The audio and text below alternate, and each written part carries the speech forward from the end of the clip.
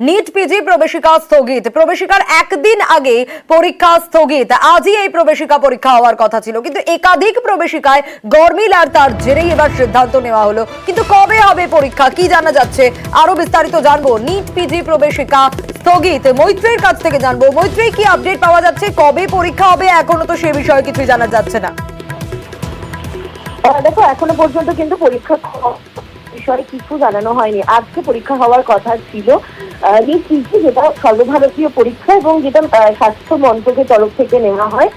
বিভিন্ন হাসপাতালে ডাক্তারি স্নাতকোত্তর পড়াশোনা করানোর জন্য এই নিট পিজি পরীক্ষা দেওয়া হয় এবং যে বর্তমান পরিস্থিতি চলছে সেই পরিস্থিতিতে দাঁড়িয়ে স্বাস্থ্য মন্ত্রকের তরফ থেকে জানানো হয়েছে যে তারা থরো অ্যাসেসমেন্ট করে তারপরে তারা পরীক্ষাটা নিতে চায় এবং তারা সম্পূর্ণ নিশ্চিত হয়েই তারপরে নিট পিজি পরীক্ষা নিতে চান এবং সেই কারণেই কিন্তু একেবারে অনির্দিষ্টকালের জন্য পিছানো হয়েছে এই পরীক্ষা। পরবর্তী তারিখ কবে পরীক্ষা নেওয়া হবে সেই তারিখ কিন্তু এখনো পর্যন্ত স্বাস্থ্য মন্ত্রকের তরফ থেকে জানানো হয়নি। মৈত্রী, একদিন আগে কেন পরীক্ষা স্থগিত করে দেওয়া হলো?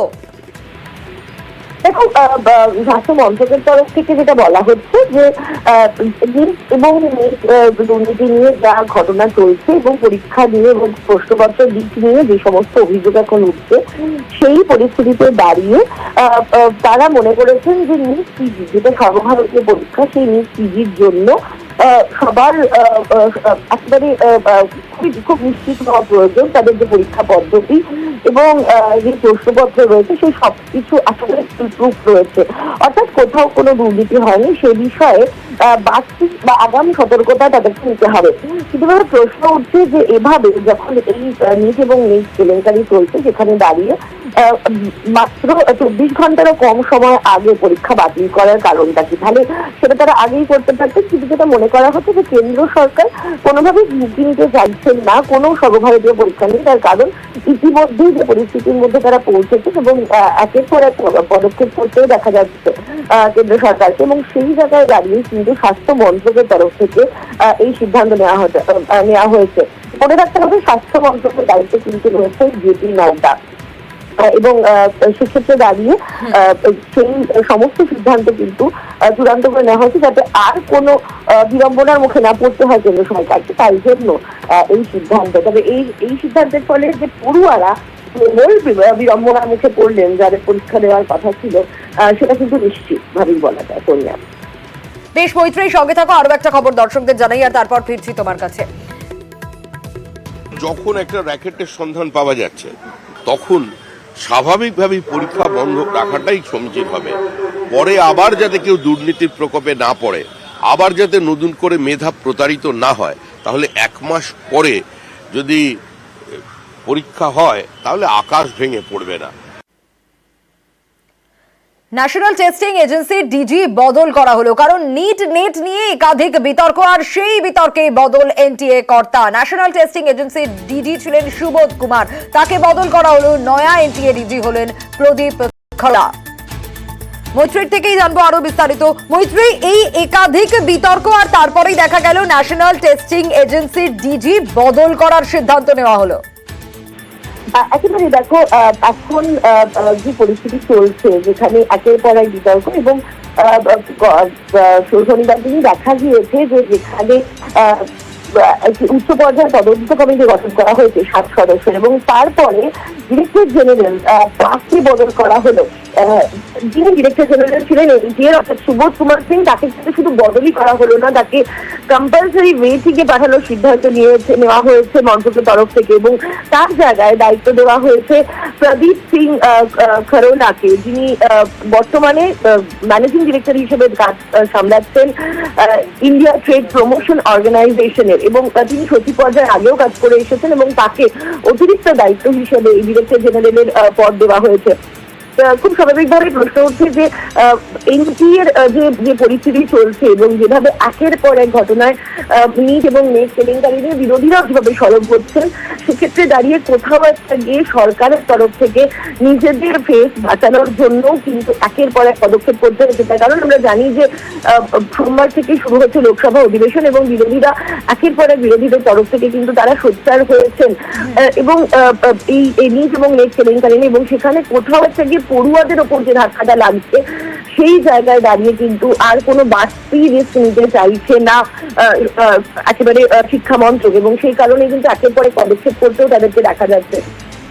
যদি দেখা যায় যে ধর্মেন্দ্র প্রধান তিনি সাংবাদিক সম্মেলন করে বলে উচ্চপদের তদন্ত কমিটি গঠন করা হবে, গতকালই সেই তদন্ত কমিটি গঠন করা হয়েছে এবং একই সঙ্গে কিন্তু ডিজিকেও বদল করার সিদ্ধান্ত নেওয়া হয়েছে। বেশ মৈত্রী, আর এ নিয়ে শুরু হয়েছে রাজনৈতিক চর্চা।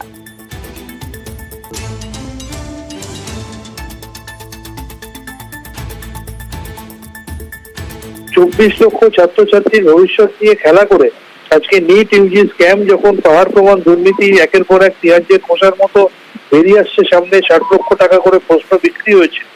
অন্যদিকে ইউজিসির এনটিএ পরীক্ষা যেভাবে 9 লক্ষ মানুষের ভবিষ্যৎ নিয়ে খেলা করেছে, তাই পরীক্ষা বাতিল হয়েছে। আজকে এর দায়ভার কখনোই কেন্দ্রীয় সরকার এড়িয়ে যেতে পারে না। কোনো একটা এজেন্সির কোনো পদাধিকারীকে সরিয়ে দিয়ে তারা নিজেদের দায়িত্ব কাছ থেকে ঝেড়ে ফেলতে পারে না। এর দায়ভার কেন্দ্রীয় সরকারকে নিতে হবে। কেন্দ্রের শিক্ষামন্ত্রীকে সর্বসমক্ষে হাত জোর করে ভারতবর্ষের ছাত্র সমাজের কাছে ক্ষমা চাইতে হবে এবং পদত্যাগ করতে হবে। তার সাথে সাথে সুপ্রিম কোর্ট মনিটর্ড ইনভেস্টিগেশনের মধ্যে দিয়ে দোষীদের চিহ্নিত করে দৃষ্টান্তমূলক শাস্তি দিতে হবে। যে ডিজিকে ওই পদে রেখে দিয়ে তারপরে যদি তদন্ত চালিয়ে দেওয়া হতো, সেই তদন্তের গতিমুখ পরিবর্তিত হতো না। একদিকে একটা সরকার দুর্নীতিকে বা বিচ্যুতিকে আটকানোর জন্য সরাসরি সিবিআই তদন্তে নির্দেশ দিচ্ছে, সরকার কঠোর পদক্ষেপ নিচ্ছে, কঠোর আইন প্রণয়ন করেছে, আর অন্যদিকে চোরেদের বাঁচাতে মানুষের দেওয়া ট্যাক্সের টাকা নিয়ে রাজ্য সরকার আজকে দিল্লি যাচ্ছে। একের পর এক পরীক্ষা অস্বস্তি জারি রয়েছে। শুক্রবার রাতে আরো একটি সর্বভারতীয় পরীক্ষা বাতিল। এসব নিয়ে চেপে ধরেছে বিরোধীরা। বিড়ম্বনায় পড়ে বিশেষজ্ঞ কমিটি তৈরি করল শিক্ষা মন্ত্রক। 7 সদস্যের কমিটির মাথায় ইসরোর প্রাক্তন চেয়ারম্যান কে রাধাকৃষ্ণন। কেন্দ্রের দাবি, পরীক্ষা পদ্ধতি ঢেলে সাজানোয় জোর দেওয়া হচ্ছে। 2 মাসের মধ্যে রিপোর্ট জমা দেবে কমিটি।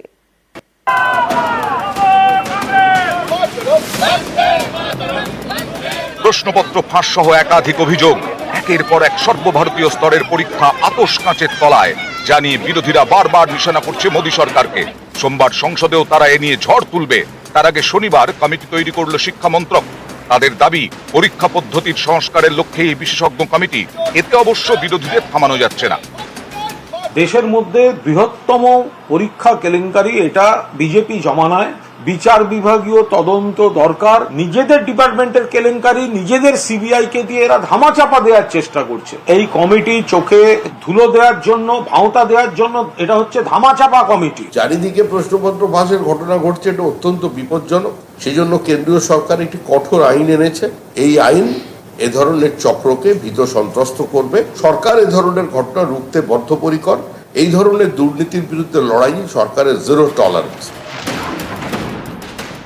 কেন্দ্রের তৈরি কমিটিতে রাখা হয়েছে 7 বিশেষজ্ঞকে। কমিটির মাথায় ইসরোর প্রাক্তন চেয়ারম্যান কে রাধাকৃষ্ণন। এই কমিটি 2 মাসের মধ্যে রিপোর্ট জমা দেবে।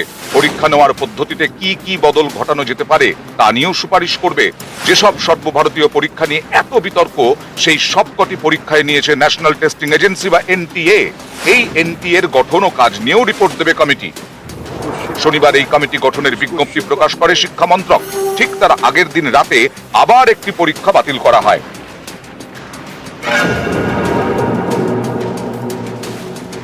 সর্বভারতীয় স্তরে ডাক্তারি প্রবেশিকা পরীক্ষা নিট, এর প্রশ্নপত্র ফাঁস নিয়ে তোলপাড়।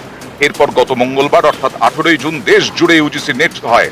পরীক্ষার্থী ছিলেন প্রায় 9 লক্ষ। এই পরীক্ষার পরের দিনই কেন্দ্রীয় সরকার জানিয়ে দেয় পরীক্ষাটি বাতিল। খোদ শিক্ষামন্ত্রী দায় স্বীকার করেন, এও কবুল করেন যে প্রশ্নপত্র ফাঁস হয়ে গিয়েছে। এর 2 দিনের মধ্যে আরো একটি গুরুত্বপূর্ণ পরীক্ষা স্থগিত। শুক্রবার স্থগিত করা হয় সিএসআইআর ইউজিসি নেট। এটি মূলত বিজ্ঞান বিষয়ক কলেজে অধ্যাপনার চাকরি এবং পিএইচডির যোগ্যতা নির্ণায়ক পরীক্ষা। আগামী 25 এবং 27 জুন এই পরীক্ষা হওয়ার কথা ছিল। অনিবার্য কারণবশত এবং লজিস্টিক সমস্যার কারণে এই পরীক্ষা স্থগিত রাখা হচ্ছে বলে বিজ্ঞপ্তি দিয়ে জানিয়েছে এনটিএ। পরীক্ষাটি আবার কবে হবে জানতে পরীক্ষার্থীদের ওয়েবসাইটে নজর রাখতে বলা হয়েছে। নিউজ 18 বাংলা।